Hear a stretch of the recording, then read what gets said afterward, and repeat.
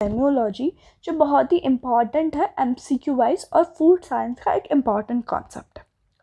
So let's see.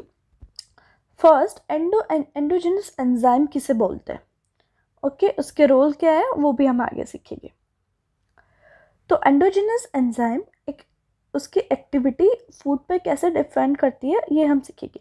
Endogenous enzyme होते हैं जो एंजाइम ऑलरेडी फूड में प्रेजेंट होते हैं, उसे बोलते हैं एंडोजेनस एंजाइम. प्लांट और एनिमल में वो ऑलरेडी प्रेजेंट होते हैं.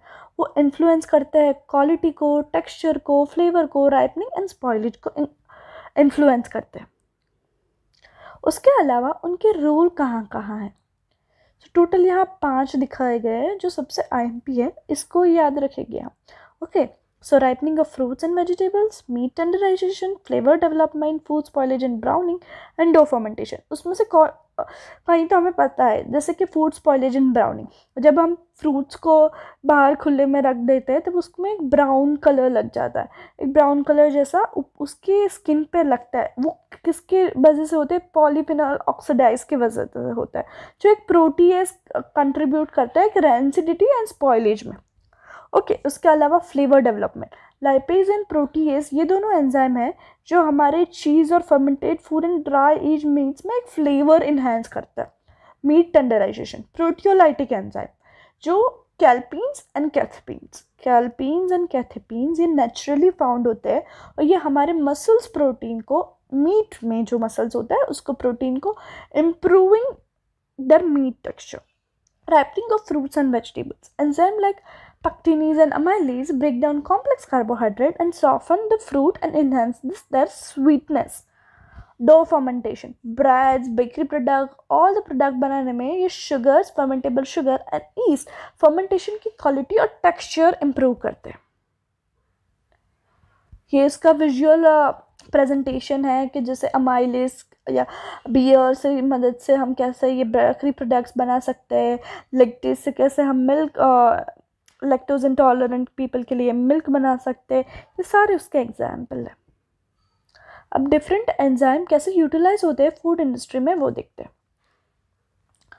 इसमें से कुछ एंजाइम्स है जो हम ऑलरेडी पढ़ चुके हैं, like amylase, protease, lipase. Amylase, protease, lipase already हमने डाइजेशन सिस्टम में पढ़े. अमाइलेज क्या करता है? स्टार्च का ब्रेक डाउन करता है. ओके, तो उसको हाई फ्रुक्टोज कॉर्न सिरप और बेकिंग और ब्रूइंग में यूज़ किया जाएगा. प्रोटीएज क्या है? वो प्रोटीन कार्बोहाइड्रेट को प्रोटीन की हाइड्रोलिसिस करेगा, सॉरी कार्बोहाइड्रेट नहीं, प्रोटीन की हाइड्रोलिसिस करेगा और चीज़ मेकिंग में, मीट टेंडराइजेशन में इसमें यूज़ होगा. लाइपेज जो फैट का ब्रेक डाउन करेगा, जिसका use baking and flavour enhancement में होगा. पैक्टिनेज जो फ्रूट क्लियरेंस के लिए, फ्रूट जूस क्लियरेंस के लिए यूज़ होगा. लैक्टेज जो लैक्टोज एंजाइम को लैक्टोज पर वर्क करेगा और उससे डाइसैकेराइड से मोनोसैकेराइड में कन्वर्ट करेगा, ग्लूकोज और गैलेक्टोज में, जिसका यूज़ कौन से होगा? लैक्टोज फ्री डेयरी प्रोडक्ट्स बनाने में.